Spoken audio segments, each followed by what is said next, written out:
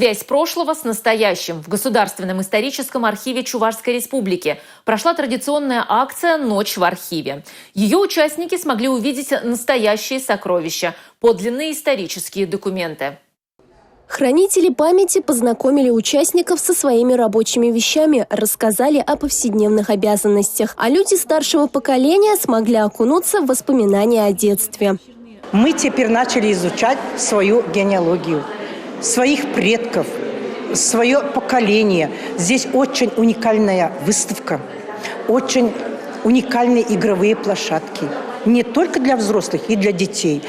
Век новых технологий внес изменения и в работу архива. Если раньше для того, чтобы отыскать какой-либо документ, нужно было идти в архив, то теперь найти необходимую информацию можно с помощью компьютера или телефона.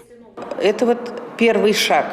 Описи разместили, базы данных, электронные издания наши издания. Очень много, конечно, сделано, но еще предстоит оцифровать все вот эти 1 300 000 единиц хранения.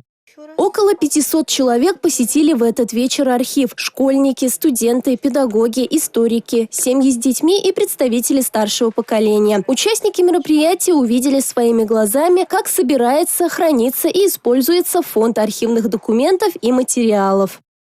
Я считаю, что работник архива должен серьезно относиться к своей работе, потому что заниматься документами – это очень важно, не ошибаться и все делать как надо. А реставрировать документы интересно.